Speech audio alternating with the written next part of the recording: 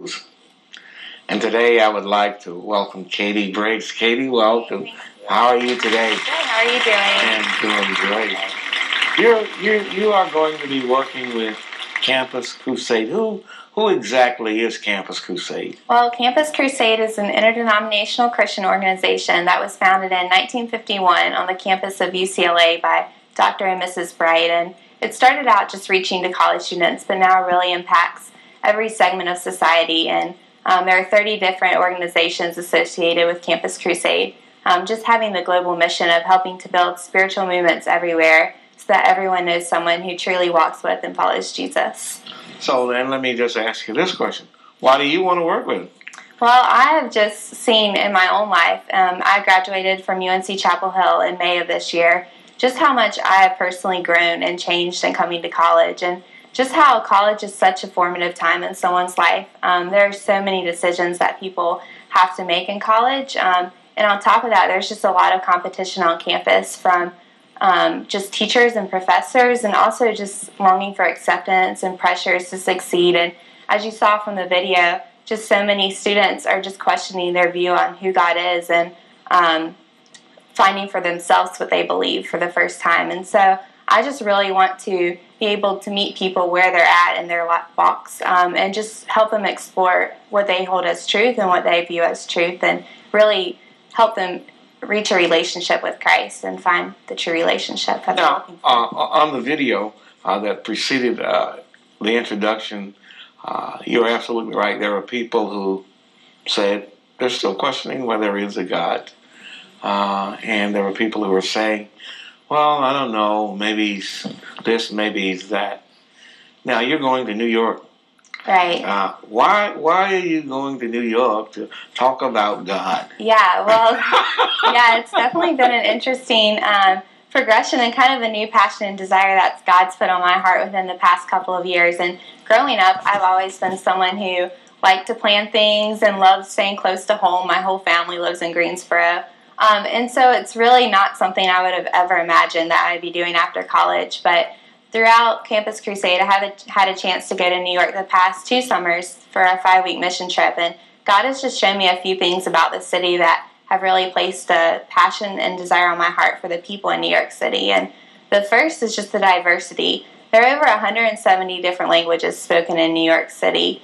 And 1 in 3 of New York City residents are foreign-born. So it's just really neat, the opportunity that I'll have next year just to reach out to the nations in one place and really reach everyone. And the second is just thinking the spiritual lostness in New York City. And when I went up the first time, I've grown up in the South in Greensboro my whole life, and I assumed New York would be just like any other city, where most people down here have heard the gospel before, have heard of Jesus, and or at least know someone who is a Christian. But I found the exact opposite to be true in New York. While the rest of America is around 60% Protestant, New York is only 6%. And so it was just shocking to find most of the people I talked to up there were either of another religious practice. There's a huge Jewish and Muslim population up there, or had never heard the gospel before at all. And a lot of the students coming to school had been here for a year or so, just coming in for education. So from their native countries, they never had a chance, an opportunity to hear the gospel. But that's absolutely revealing. Yeah. 6%. Yeah, 6%. And so it's just a huge need for the gospel to be spread up there. Well, how many colleges are there in New York? Are you going to go college campuses? Or? Yeah, I'll be in college campuses. There are 140 different college campuses in New York City, and those are spread out, or there are 1 million college students filling those 140 campuses, which is actually 10% of all the college students in America is in that one city. So next year I'll be focusing on 2 or 3 different college campuses and visiting those campuses. And the campuses up there are really a lot different than what you might find here, partially due to the diversity, but the students up there are just so open to talking and learning more, which is interesting when you think of New York, because some people think it'd be the exact opposite. But right. I would talk to people for an hour and a half, just kind of exploring what they hold as truth and what they believe. But kind of the sad thing is that there just isn't a lot of opportunity on the campuses for students to hear more about Christ. And wow. I know at UNC we had 20 different Christian organizations I could have chosen to be a part of, but it's rare to find even one on a typical New York City campus. That is amazing. Yeah, it is. That is absolutely amazing. Yeah. And all the knowledge being dispersed, Right. the knowledge of Christ just doesn't exist organizationally. Doesn't. Wow. Now, you've been up there a couple of years before. Mhm. What are some of the things that you've done in the past couple of years Yeah. that you've seen God work through in your life and in the lives of those that you encountered?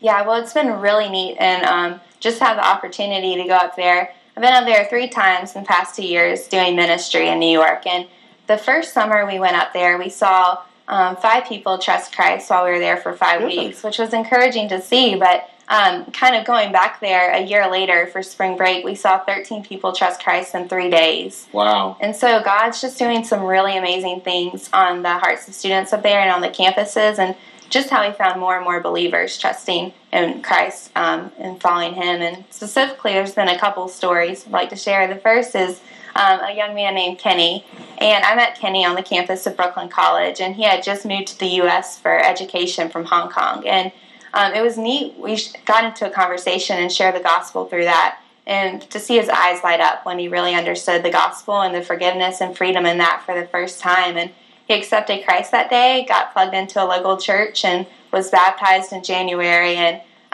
really wants to learn how to share his faith this summer with Campus Crusade up there. And so it's been really neat to see God work in his heart, in his life. That is great. Yeah. So now, how the world are you able to go to New York next year?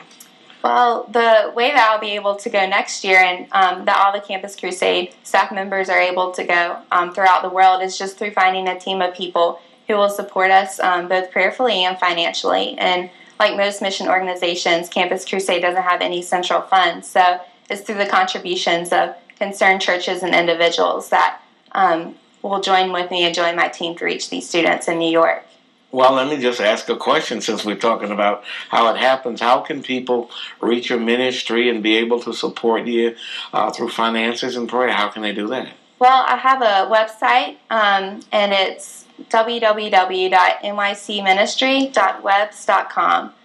So there's a lot more information there about how they can support me and exactly more about what I'll be doing there next year. And you can also contact me through email as well. And I would just love to meet with maybe pastors or churches and share at those churches, as well as just inviting individuals and families to join with me and through giving. Very good. That's fantastic. Now, as we kind of bring this to a close, a couple of things I want to ask you.